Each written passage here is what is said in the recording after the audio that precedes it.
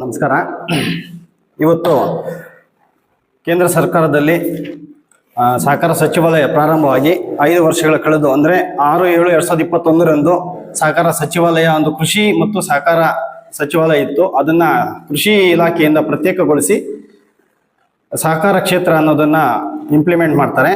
ಆ 5 ವರ್ಷ ಕಂಪ್ಲೀಟ್ ಆಗಿರೋದ್ರಿಂದ ಇವತ್ತು ಜೂನ್ 29, 2026 ಜುಲೈ 6, 2026 7 ದಿನಗಳ ಕಾಲ ಸಹಕಾರ ಸಪ್ತಾಹನ ಆಚರಣೆ ಮಾಡ್ಬೇಕಂತೇಳಿ ಕೇಂದ್ರ ಸರ್ಕಾರ ಮತ್ತು ರಾಜ್ಯ ಸರ್ಕಾರಗಳು ಸಹಕಾರ ಕ್ಷೇತ್ರ ರೈತರಿಗೆ ಮತ್ತು ಹಿಂದುಳಿದ ವರ್ಗದವರಿಗೆ ಮತ್ತು ಗ್ರಾಮೀಣ ಮಟ್ಟಕ್ಕೆ ಯಾವ ರೀತಿ ಸಹಕಾರ ಕ್ಷೇತ್ರದಿಂದ ಅನುಕೂಲ ಆಗ್ತಾ ಇದೆ, ಸಹಕಾರ ಕ್ಷೇತ್ರದ ಕೊಡುಗೆಗಳೇನು, ಅದರ ಸಾಧನೆಗಳೇನು ಅನ್ನೋದನ್ನ ಜನಗಳಿಗೆ ಮುಟ್ಟುವಂತ ಮಾಡಕ್ಕೆ ಈ ವಾರದಲ್ಲಿ ಕ್ವಿಜ್ಗಳ ಮೂಲಕ, ವಿಚಾರ ಸಂಕಿರಣಗಳ ಮೂಲಕ ಮತ್ತು ಗಿಡ ನೆಡುವ ಪರಿಸರ ಸಂರಕ್ಷಣೆ, ಗಿಡ ನೆಡುವ ಕಾರ್ಯಕ್ರಮಗಳ ಮೂಲಕ 7 ದಿನಗಳ ಕಾಲ ವಿವಿಧ ಕಾರ್ಯಕ್ರಮಗಳನ್ನು ಹಮ್ಮಿಕೊಳ್ಳಲಾಗಿದೆ. ಇದರ ಪ್ರಕಾರವಾಗಿ ನಮ್ಮ TAPSMS ಕಡೆಯಿಂದ ಸೋಮವಾರ 29/6/2026 ಪರಿಸರ ಸಂರಕ್ಷಣೆ ಭಾಗವಾಗಿ ನಮ್ಮ ರೈತ ಸಮುದಾಯ ಭವನದ ಖಾಲಿ ಜಾಗದಲ್ಲಿ ಗಿಡ ನೆಡುವ ಕಾರ್ಯಕ್ರಮವನ್ನು ನಾವು ಆಚರಣೆ ಮಾಡಿದ್ದೀವಿ.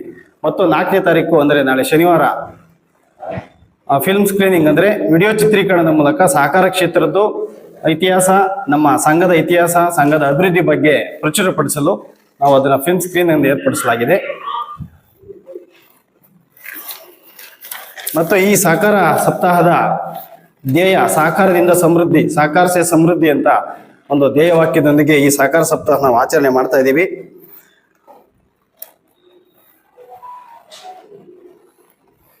ಮತ್ತು ನಾನು 2021 ಈ ಸಹಕಾರ ಸಂಘಕ್ಕೆ ಪ್ರಭಾರಿ ಮುಖ್ಯ ಕಾರ್ಯನಿರ್ವಹಣಾಧಿಕಾರಿಯಾಗಿ ಅಧಿಕಾರ ವಹಿಸಿಕೊಂಡ ಮೇಲೆ ನಮ್ಮ ಅಧ್ಯಕ್ಷರಾದ ಮತ್ತು ಕೋಲಾರ ಶಾಸಕರಾದ ಶ್ರೀ ಕೊತ್ತೂರು ಮಂಜುನಾಥ್ ಅವರ ನೇತೃತ್ವದಲ್ಲಿ ಉತ್ತಮವಾಗಿ ಕೆಲಸ ಕಾರ್ಯಗಳು ನಿರ್ವಹಿಸ್ಕೊಂಡು ಬಂದಿದ್ದೀವಿ. ಸಂಘದ ಲಾಭವತ್ತ ನಡ್ಕೊಂಡು ಹೋಗ್ತಾ ಇದೆ.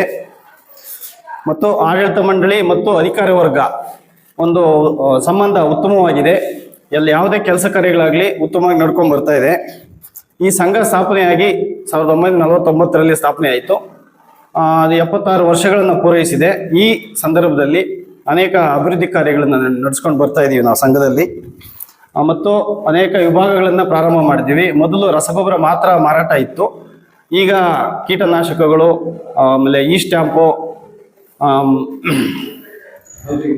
ಮಲ್ಚಿಂಗ್ ಪೇಪರ್ಸು, ಡ್ರಿಪ್ ಸಲಕರಣೆಗಳು, ಹೀಗೆ ವಿಸ್ತರಣೆ ಮಾಡಿಕೊಂಡು ಪ್ರತಿ ವರ್ಷ 2 ಸರ್ವಿಸ್ಗಳನ್ನು ನಾವು ರೈತರಿಗೆ ಕೊಡ್ತಾ ಬಂದಿದ್ದೀವಿ. ಎಲ್ಲ ವಿಧದ ಕಂಪನಿಗಳನ್ನು ನಾವು ಡೀಲರ್ಶಿಪ್ ಅನ್ನು ಪಡ್ಕೊಂಡಿದ್ದೀವಿ. ಮತ್ತು ಈಗ ಹೊಸದಾಗಿ ಲಾಸ್ಟ್ ಮಂತಲ್ಲಿ ಸಾಲಗಳು ಕೊಡೋಕ್ಕೂ ಸಹ ನಾವು ಪ್ಲಾನ್ ಮಾಡಿಕೊಂಡು ಪಿಗ್ಮಿ ಸಾಲಗಳು ಮತ್ತು ವೇತನಾಧಾರಿತ ಸಾಲಗಳು, ಗೃಹ ಬಳಕೆ ಸಾಲಗಳು, ಸಣ್ಣ ವ್ಯಾಪಾರದ ಸಾಲಗಳು ನೀಡೋಕ್ಕೂ ಸಹ ಈ ಆಡಳಿತ ಮಂಡಳಿಯಿಂದ ಉದ್ದೇಶ ಹೊಂದಿದ್ದು, ಆ ಮೂಲಕನೂ ಸಂಘ ಅಭಿವೃದ್ಧಿ ಪಡಿಸೋಕ್ಕೆ ಒಂದು ಹೆಚ್ಚಿನ ಪ್ರಯತ್ನವನ್ನು ಮಾಡ್ತಾ ಇದ್ದೀವಿ.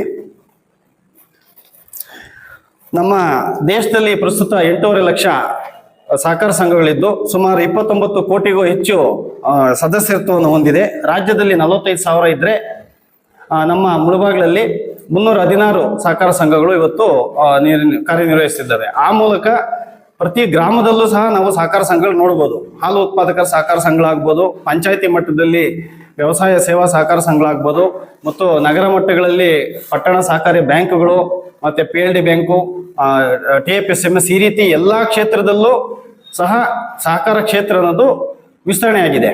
ಈ ಸಹಕಾರ ಕ್ಷೇತ್ರದ ಅನುಕೂಲತೆಗಳು, ಸಹಕಾರ ಕ್ಷೇತ್ರದ ಒಂದು ಏನು ಕೊಡುಗೆಗಳಿದೆ, ಅದನ್ನ ಪ್ರತಿಯೊಬ್ಬ ಗ್ರಾಮೀಣ ಮಟ್ಟಕ್ಕೂ ಮುಟ್ಟಬೇಕು ಅನ್ನೋದು ಈ ಸಹಕಾರ ಕ್ಷೇತ್ರದ ಒಂದು ಉದ್ದೇಶ. ಅದಕ್ಕೋಸ್ಕರನೇ ಮೊದಲು ರಾಜ್ಯ ಪಟ್ಟಿಯಲ್ಲಿದ್ದ ಸಹಕಾರ ಕ್ಷೇತ್ರನ ಕೇಂದ್ರ ಸರ್ಕಾರ ಗುರುತಿಸಿ ಸರ್ಕಾರ ಸಚಿವಾಲಯ ಅಂತಾನೆ ಮಾಡ್ತು. ಯಾಕೆಂತಂದ್ರೆ ಅದರಿಂದ ರೈತರಿಗಾಗ್ಬೋದು ಮತ್ತು ಗ್ರಾಮೀಣ ಮಟ್ಟಕ್ಕೆ ನಾವು ಒಂದು ಕೇಂದ್ರ ಮತ್ತು ರಾಜ್ಯ ಸರ್ಕಾರದ ಯೋಜನೆಗಳನ್ನ ಸುಲಭವಾಗಿ ತಲುಪಿಸೋದು ಅನ್ನೋದು ರಾಜ್ಯ ಸರ್ಕಾರಗಳ ಮತ್ತು ಕೇಂದ್ರ ಸರ್ಕಾರಗಳ ಒಂದು ದೂರದೃಷ್ಟಿಯ ಒಂದು ಇದಾಗಿದೆ. ಮತ್ತು ಈ ವ್ಯವಸಾಯ ಸೇವಾ ಸಹಕಾರ ಸಂಘಗಳನ್ನು ಬಲಪಡಿಸಲು ಕೇಂದ್ರ ಸರ್ಕಾರ ಅನೇಕ ಯೋಜನೆಗಳನ್ನು ಜಾರಿಗೆ ತಂದಿದೆ. ಏಕೆ ಅಂತಂದ್ರೆ ವ್ಯವಸಾಯ ಸೇವಾ ಸಹಕಾರ ಸಂಘಗಳು ಪ್ರತಿ ಗ್ರಾಮ ಪಂಚಾಯತಿ ಮಟ್ಟದಲ್ಲಿ ವ್ಯಾಪಿಸಿದವೆ. ಪ್ರತಿಯೊಂದು ಗ್ರಾಮವೂ ಸಹ ವ್ಯವಸಾಯ ಸೇವಾ ಸಂಘಗಳ ವ್ಯಾಪ್ತಿಗೆ ಒಳಪಟ್ಟಿದೆ. ಈ ಮೂಲಕ ಪ್ಯಾಕ್ಸ್ಗಳನ್ನು ಸಂಪೂರ್ಣವಾಗಿ ಗಣಕೀಕರಣಗೊಳಿಸಲಾಗಿದೆ. ಆ ಪ್ಯಾಕ್ಸ್ಗಳು ಇವತ್ತು ಪೆಟ್ರೋಲ್ ಬಂಕ್ಗಳು ಮಾಡ್ಬೋದು, ಸಾಮಾನ್ಯ ಸೇವಾ ಕೇಂದ್ರಗಳನ್ನು ಮಾಡ್ಬೋದು, ಮತ್ತೆ ಗ್ಯಾಸ್ ಏಜೆನ್ಸಿಗಳನ್ನ ತಗೋಬೋದು, ರಸಗೊಬ್ಬರಗಳನ್ನ ಲೈಸೆನ್ಸ್ ತಗೊಂಡು ರಸಗೊಬ್ಬರಗಳನ್ನ ವಿತರಣೆ ಮಾಡ್ಬೋದು ಮತ್ತು ಗೋದಾಮುಗಳನ್ನ ನಿರ್ಮಾಣ ಮಾಡ್ಬೋದು ಅನ್ನೋ ತರ ಒಂದು 13 ಸ್ಕೀಮ್ಗಳನ್ನ ಕೇಂದ್ರ ಸರ್ಕಾರ ಇವತ್ತು ಪ್ಯಾಕ್ಸ್ಗಳಲ್ಲಿ ಕೊಟ್ಟಿದೆ. ಯಾಕೆಂತಂದ್ರೆ ಈ ರೈತರಾಗ್ಬೋದು, ಬೇರೆ ಆನ್ಲೈನ್ ಸರ್ವಿಸ್ಗಳನ್ನು ತಗೊಳ್ಳೋಂಥವ್ರು ಎಲ್ಲರೂ ನಗರ ಪ್ರದೇಶಗಳಿಗೆ ಹೋದಾಗ ಅವರಿಗೆ ಸಮಯ ಮತ್ತು ಶ್ರಮ ಹೆಚ್ಚು ವೆಚ್ಚ ಆಗುತ್ತೆ.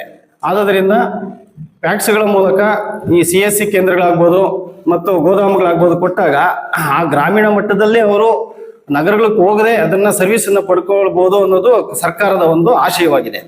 ಸೊ ಈ ನಿಟ್ಟಿನಲ್ಲಿ ಅನೇಕ ಕಾರ್ಯಕ್ರಮಗಳನ್ನ ಸರ್ಕಾರಗಳು ಸಹಕಾರ ಕ್ಷೇತ್ರದ ಮೂಲಕ ನೀಡ್ತಾ ಇದೆ. ಸಹಕಾರ ಕ್ಷೇತ್ರ ಹೆಂಗೆ ಅಂತಂದ್ರೆ ಆಡು ಮುಟ್ಟದ ಸೊಪ್ಪಿಲ್ಲ ಮತ್ತು ಸೂರ್ಯ ನೋಡದ ಪ್ರದೇಶವಿಲ್ಲ ಅನ್ನೋ ಎಲ್ಲ ಕಡೆನೂ ವ್ಯಾಪಿಸಿದೆ. ಒಂದು ಆಲದ ಮರ ಇದ್ದಂಗೆ ಎಲ್ಲ ಜನಾಂಗ ಆಗ್ಬೋದು, ಯಾವುದೇ ಕ್ಷೇತ್ರದವ್ರು ಆಗ್ಬೋದು ಈ ಸಹಕಾರ ವ್ಯಾಪ್ತಿಗೆ ಒಳಪಡ್ತಾರೆ. ಈ ಸಹಕಾರ ಕ್ಷೇತ್ರದ ಒಂದು ಅನುಕೂಲತೆಗಳನ್ನ ಎಲ್ಲರೂ ಪಡ್ಕೋಬೇಕು ಅಂತ ಈ ಸಂದರ್ಭದಲ್ಲಿ ನಾನು ಹೇಳ್ತೀನಿ. ಮತ್ತು ಈ ಸಂಘದ ವಿಚಾರಕ್ಕೆ ಬಂದಾಗ ಈ ಸಂಘಕ್ಕೆ ನಮ್ಮ ಮುಳಬಾಗಿಲು ರೈತರಾಗ್ಬೋದು, ನಮ್ಮ ಶೇರ್ ಹೋಲ್ಡರ್ಸ್ ಆಗ್ಬೋದು, ಸಂಘದ ನಿರ್ದೇಶಕರಾಗ್ಬೋದು, ಸನ್ಮಾನ್ಯ ಅಧ್ಯಕ್ಷರಾಗ್ಬೋದು, ರೈತರಿಗೆ ಹಲವಾರು ಸರ್ವಿಸ್ಗಳನ್ನ ಕೊಡೋಕ್ಕೆ ಉತ್ಸುಕತವಾಗಿದೆ. ಈ ಸರ್ವಿಸ್ಗಳನ್ನ ಸಂಘಕ್ಕೆ ಬಂದು ತಗೋಬೇಕು. ಮುಂದಿನ ದಿನಗಳಲ್ಲಿ ಈ ಕೃಷಿ ಉಪಕರಣಗಳನ್ನು ಸಹ ಇವರು ಪ್ರಾರಂಭ ಮಾಡೋಕ್ಕೆ ಮುಂದೆ ಬಂದಿದ್ದೀವಿ.